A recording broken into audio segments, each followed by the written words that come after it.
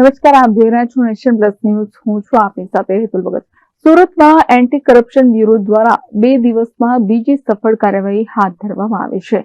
એક દિવસ અગાઉ મહાનગરપાલિકાના કોમ્પ્યુટર ઓપરેટર રાહુલ પાલને લાંચ લેતા ઝડપી પાડ્યા બાદ હવે સુરતની ઈચ્છાપુર જેડીસીમાં ફરજ બજાવતા ડેપ્યુટી એક્ઝિક્યુટિવ એન્જિનિયર પરિમલ પટેલને ₹50,000ની લાંચ લેતા રંગે હાથે ઝડપી લેવામાં આવ્યો છે. સુરતની ઈચ્છાપુર જેડીસીમાં ફરજ બજાવતા ડેપ્યુટી એક્ઝિક્યુટિવ એન્જિનિયર પરિમલ પટેલને ₹50,000ની લાંચ લેતા રંગે હાથે ઝડપી લેવામાં આવ્યો છે. આ આરોપી પરિમલ ખંડુભાઈ પટેલ વર્ગ 2 નો અધિકારી છે અને માસિક 1.30 લાખનો ઊંચો પગાર ધરાવે છે. તેને ₹50,000ની લાંચ માંગતા પકડાયો છે.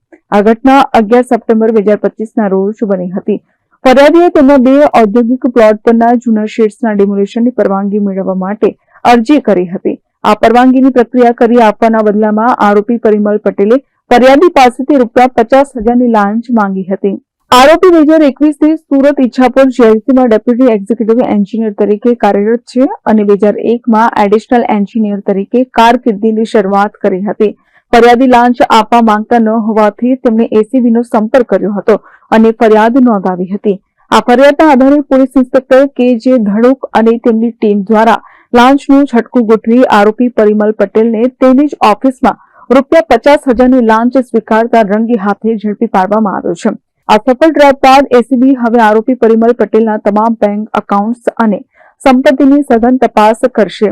આ કાર્યવાહીનો મુખ્ય હેતુ તેની અપ્રમાણસર સંપત્તિ અને આવકના સ્ત્રોતને શોધવાનો છે.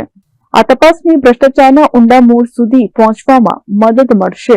આ કેસનું supervision assistant director R.R. Chaudhari કરી રહ્યા છે. Bureau for Nation Plus News, Surat.